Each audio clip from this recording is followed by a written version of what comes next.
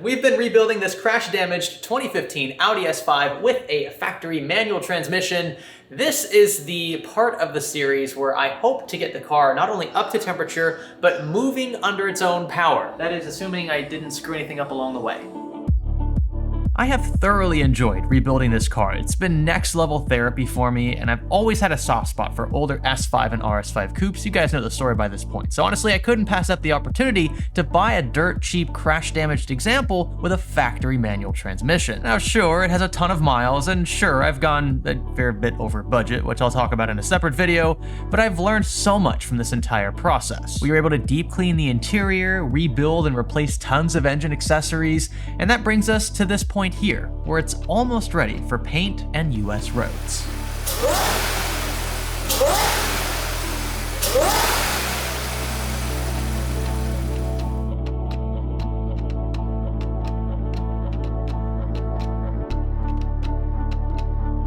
Now obviously she's not quite roadworthy in her current state. I've actually been waiting on these 4 little mounting bracket thingies, whatever you want to call these here. These help stabilize the headlights, and I couldn't fully install them without them. So we lost 3 of these in the crash. For some reason I only had 1 left by the time we disassembled everything. So we're gonna get the headlights mounted so that we could, you know, in theory drive this at night, although it is not road legal yet. Again, we'll just make sure up and down the neighborhood that it runs without exploding. Now, why don't I just show you how far we've come here. I grab my key. Yeah, everything is hooked up.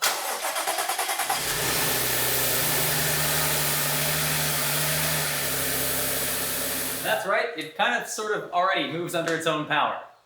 At least in reverse. And like I said, when we first got the car, it actually shifted fine through 2nd gear, so I don't think we're gonna have any issues with the clutch. At some point, I'm sure it'll need to be replaced. It, again, has like 140,000 miles on the odometer, but for now, I don't see the need to spend even more money. Of course, since it's hot and sunny outside, I'm gonna leave the front of the car in the garage because I don't want to burn while we install the headlights. These are the brackets that go underneath them, so for the passenger side here, it'll sit something like this. The headlight will sit on top of that, and we'll get it all hooked up. You saw in the last video, we already confirmed that the headlights work, the low beams, high beams, and the LED surrounding, which are just a signature clutch Audi look. I'm gonna start things off by fixing each headlight to its respective bracket. Thankfully, each of these has a set of grooves that the headlights slide into to get things started. Then we can fit one of these mounting brackets a piece, and could you believe each of these costs 10 bucks? I know in the grand scheme of things, 40 bucks isn't a huge deal, but this stuff adds up. $10 for one of these, and I just found out I only need 2 of them. So I spent 20 bucks for nothing.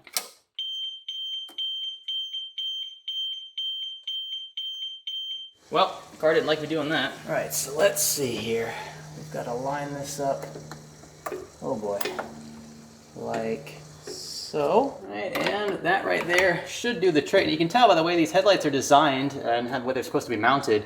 They have sort of like this vibration thing built in, so it dampens the shock when a car goes over a bump and helps prevent the headlights from cracking or the bulbs from breaking. It's actually pretty cool. That said, it's not supposed to shake that much, and that's because we don't have this mounting point here taken care of, as well as the backside of the, it's actually down here. So this section is supposed to mount to the fender, which of course is not attached right now. So it's gonna shake a little bit more than normal.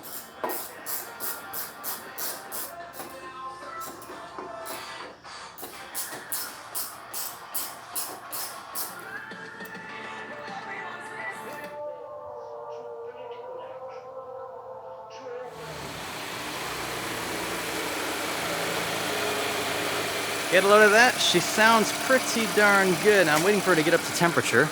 I'm gonna show you inside here. Something awesome has happened. So we no longer have a check engine light. It disappeared. I think that's a good sign. It probably means we did the right things and connected things where they were supposed to be.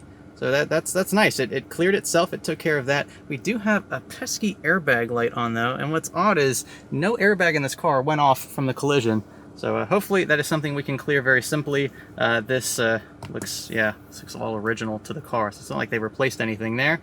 Do have the parking brake light on, and then a couple of issues with the, it looks like fog lights and the wiper fluid. I don't have the wiper fluid reservoir in the car. That's probably why it's freaking out. Now I just have to say, the fact that I have to wait for the car to tell me what my oil level is ridiculous. I think there is a dipstick mod I can do to the car. I'm probably gonna, because I think this car's gonna need work in the long run as well. But this is just silly. I have to have the car turned off while it's hot, and you can see, yeah, I'm pretty low, so I need to add probably another half a quart or so. You can see we're just about to cross that threshold then. I'll be giving it gas to about 2,000 RPM to help flush out additional air bubbles in the system with the back of the supercharger cracked as well as around the heater core. We are also A-okay with oil now. But I was very confused with what I saw next. The car never warmed up beyond roughly 95-ish degrees Celsius, that's around 200 degrees Fahrenheit, and normally that would be a good thing. But the newly replaced radiator fans never kicked on. Ever. Not a single time while the car sat idling for well north of 30 minutes. I'm clearly not experienced enough in this area, and so I reached out to my good friend Jack over at Jack Builds It, who's currently knee-deep in huge projects of his own. Okay, maybe like waist deep or shoulder deep. I'm very thankful for his time, especially considering I texted on a weekend, and he pointed me in the direction of this vacuum filler here, which sells for less than $100 on Amazon. It arrived the next day, and I've got to say, I'm impressed with its build quality at this price point. Essentially, it allows you to pull a vacuum on the entire coolant system when connected via the reservoir. You can use a cheap compressor or even a hand pump to pull out as much air as possible, then open a fill line attached to an opposing T that runs into a fresh coolant vat to fill the depleted volume. Just make sure to first prime the fill line to avoid unwanted air squeaking its way in, a mistake I saw many make in the review section of this product. I did this 3 or 4 times just to get the hang of how it all worked. Several hours went by, and when it was finally all said and done, I was confident no air was in the system. Whew, more work than I was expecting, and after flushing the coolant system probably 3 or 4 times now, I think we are finally ready to take the car on the road, so it's not going to overheat, I hope. It hasn't so far, just sitting, idling. I'm a bit worried that the fan still doesn't kick on. It's like, while I'm driving, I don't expect the fan to kick on much because I'm not like gunning it. I'm not, like trying to make the thing overheat. But even when idling, admittedly not directly in hot Florida sun, but in the garage, after 30 minutes or so, the fans still don't turn on. And every other car that I own, the radiator fans kick in after about 15 minutes of idling tops. So the fact that this S5 has sat idling for twice that amount of time, and the fan still haven't kicked in, it just seems a bit odd to me, despite the fact that the coolant temperatures in our gauge cluster are perfectly normal, dead on even between C and H. I don't know, maybe somebody can point me in the right direction in the comment section. I'm pretty confident that the 3rd or 4th time around that I have created a perfect vacuum or near perfect vacuum in the coolant system and filled it correctly. Maybe somebody in the comment section who knows a lot more about this than I do can point me in the right direction. Does it sound like I did it right? Or should I not drive the car until I fix it? Now, the interior of this car, again, is extremely clean, but there is one part that we haven't tackled yet, and that is this armrest, which I believe started cracking because a bit of moisture squeaked in through the cracked window while this was sitting in a Copart yard. So I have a replacement here. It should be an exact match, and it cost me like 60 bucks. I thought I'd have to buy the entire door card, but this popped up on eBay, and I think it's gonna be our saving grace. So door card removal in any modern-ish car can be a real pain. It was even a pain in the vet, which you may have seen on the Greg Salazar channel, but I've removed them on S5s before, again having owned 2 of these previously, so this was nothing new, though you'll occasionally see me referencing a manual online just to be safe. To start, I needed to remove door trim, followed by a few exposed screws along the bottom of the panel, next a switch assembly for the power mirrors, and then a few additional connections inside for the window regulator, side marker, and power seat controls. This Audi is only a Premium Plus, but it's nice that it still includes things like memory seating, lane change assist, and a few other creature comforts.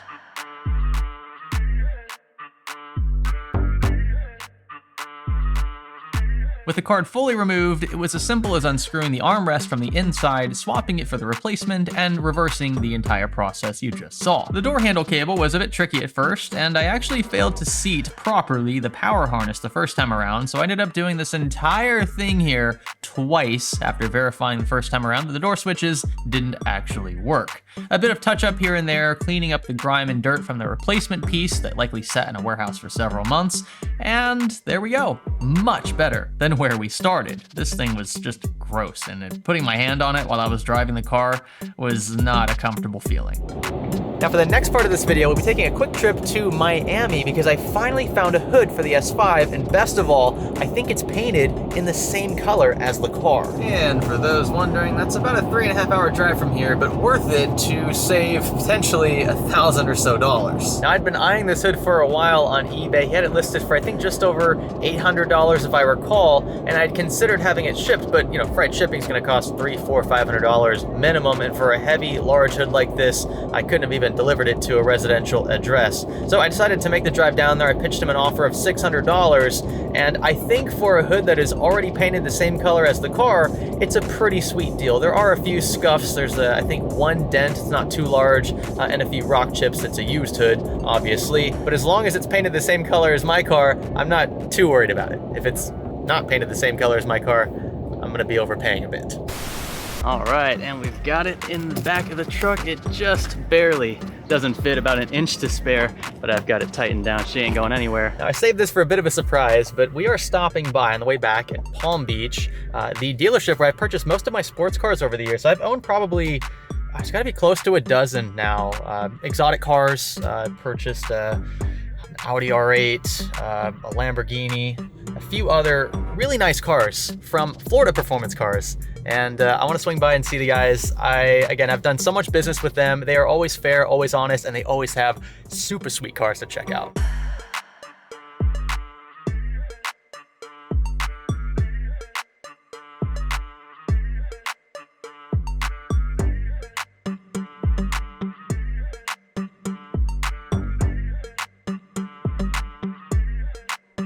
Need I say more? I mean, look at this, an F40.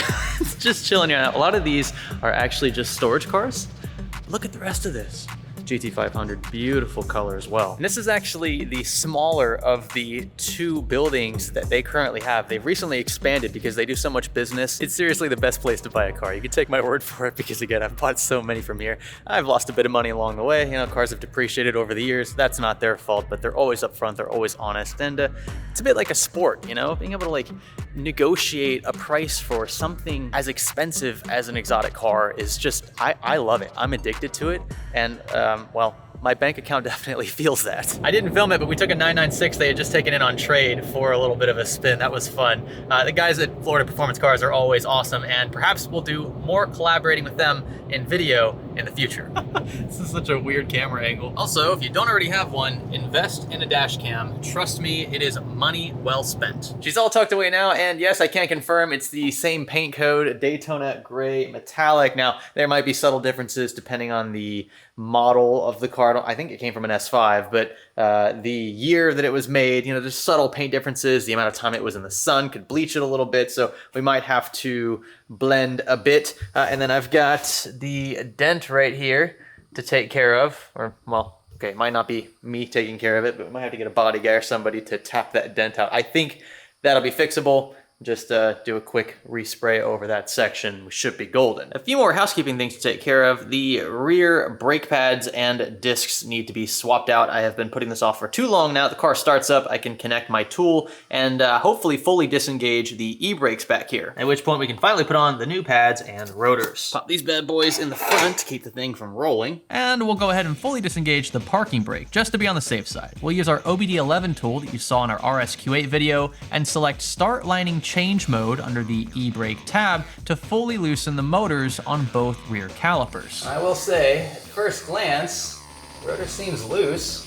I hope it stays that way. Also, it's in first gear so that, you know, the car doesn't roll forward while it's up like this. We can disconnect the cables for each e-brake, then slowly start compressing the caliper pistons by prying back on pads from different angles. Typically, you'd want to avoid touching the rotors for obvious reasons, but we'll be replacing ours, so it doesn't really much matter. Next, I whipped out a can of penetrating oil. This stuff comes in super handy for anything rust related, and sprayed it pretty much everywhere I thought it would need it, because again, these rotors, like the fronts, are practically welded to their hubs because this car came from the salt belt. A few minutes later and a few swings later with our rubber mallet, it finally broke loose, at which point I could clean the hub with a wire brush and CLR and carefully slide the rotor out from the carrier. Contrary to the fronts, which again you saw being treated in an earlier video, the rear caliper carriers don't need to be removed when swapping respective rotors, which saved us a bit of time. After inserting the new pads and clips, I was able to remount the caliper, tighten things down, and clean it all up with brake cleaner.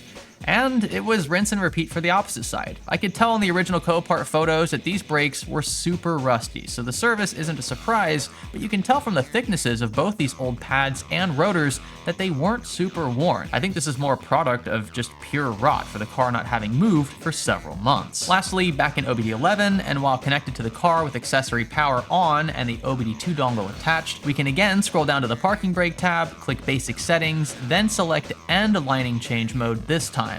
When active, you can hear the car's e-brakes engaging and disengaging to relearn pad thickness for the new gear. Now all that's left to do is verify. Whew. All right, pretty sweaty. The first brake took a bit longer than the second one, of course, learning how to do this, especially working around that e-brake. So now, with the car and accessory mode, I'm gonna go ahead and try cycling the e-brake. That sounds good. Let's release. Yep. Sounds good. Pumping the brakes as well, everything feels good on the pedal side. We will at some point have to deal with an airbag light. EPC came on once I connected the OBD11. I'll probably have to fix that as well. But I didn't see any other major codes on the engines there. Like I said, those were cleared. So let's go ahead and... All right. So everything looks good here. You can see the EPC light goes away. The only light on the dash now is for the airbag.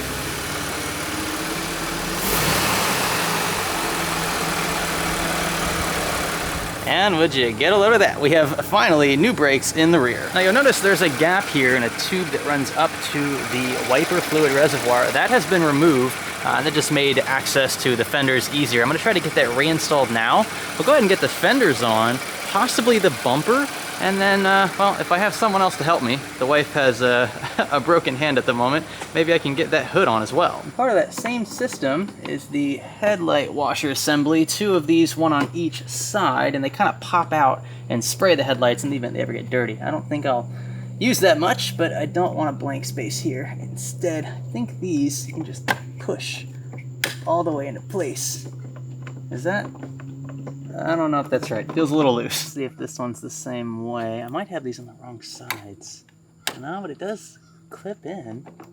It's just a little floppy. Definitely want to clean this up a bit before we reinstall it. Just a bit of isopropyl alcohol. Won't be seeing this when it's all said and done, but it's the principle that counts. And here we go. Notch in the back. Get that all lined up. Alrighty, and now we have just a slew of hoses to take care of. I believe this goes... Nope, that doesn't go there. Okay, this, I believe, goes there. Alright, and it looks like it's this cable right here. Sort of trial and error because I don't remember where all this goes. A few extra pieces to go, very important pieces, and we can get an idea for how this car will look when it's all said and done.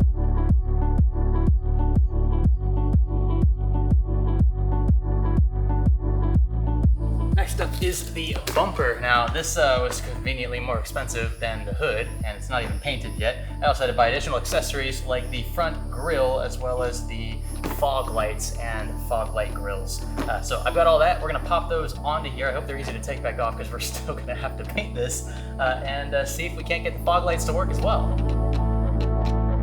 Now, since much of this will be coming back off for the paint job, I'm only going to gently mount the bumper and grills. The gaps and sags will be worked out at a later date. And again, I'll have to refit the fenders to make sure that they align with the doors, the A-pillars, and the hood, which we'll install in the next video. We're just trying to make sure that these pieces are compatible and also identify what else needs to be ordered.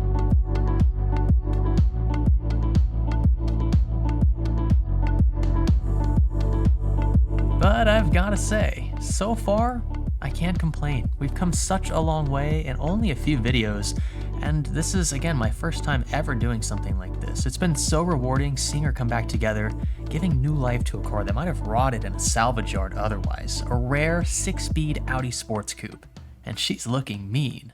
But we can't get too excited. There are a few extra things the car needs before we send it to the paint shop. Firstly, we need that hood fitted because, again, I'm not sure what's going to need to be blended there, but the color probably doesn't match perfectly. They'll take care of that for us. We also have several gaps in the bumper that did not ship with this replacement. So these are for the headlight washers. They pop out, like, I'm gonna break it trying to do this, but yeah, they pop out like that and they spray the headlights. I really don't care about this at all, but I want it to be as close to OEM as possible. So I had to order a replacement pair of these from China. Of all places, I was really trying to avoid that just because of shipping time. I have one of the two originals that's still painted Daytona gray, but not the other. That doesn't do us any good, so I had to order a replacement pair for around 30 bucks. The other gap, apart from the opposing headlight washer cover, is this one here, and this is for a tow hook, which I'm not going to be using much, hopefully, but I do have its replacement cover here. I'm not going to fully install it right now, but I do want to make sure that it fits. I think I got the part numbers matched correctly. I think we just funnel this in, slide it from the bottom into place, and then the top will clip in. You know what? Let's go ahead and try to get it all the way in. There we go. Yeah, that's mostly a flush fit. We might need to address that a bit later, but that at least will cover up the big hole. We've also got what I would personally refer to as an aesthetically unpleasing aspect of the front of this car. You can see through the hood the crash bar, and it's just like a, you know, kind of a silvery metal look.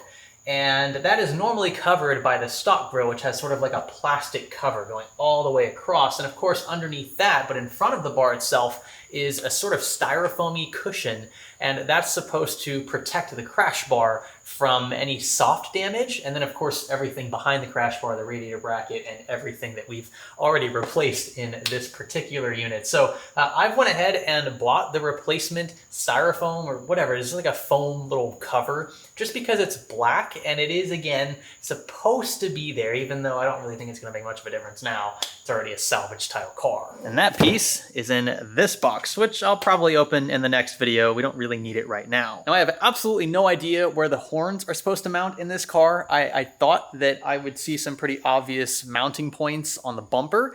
I do not see them. So I'm gonna have to figure out where to mount those, if maybe I'm missing a few other brackets. I tell you, the one thing I have learned rebuilding this car, I mean, this isn't even an expensive car. I mean, it's turned into a fairly expensive project for what it is, and that's because I'm so anal about getting this just right.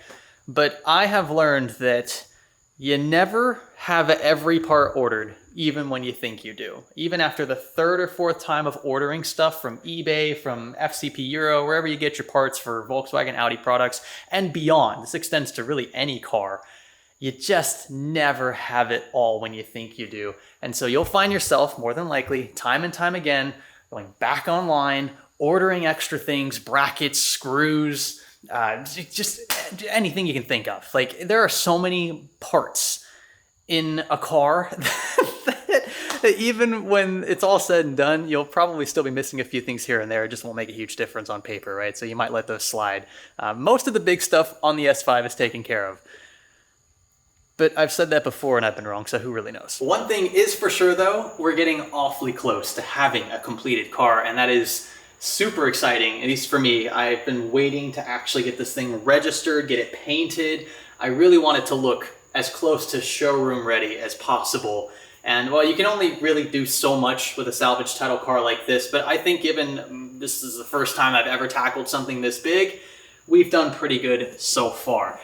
I didn't tell you this when I could have a few videos ago because I wasn't totally sure, but I'm like 99% sure now that this car has aftermarket downpipes, which is why it sort of kind of sounds like this on the road.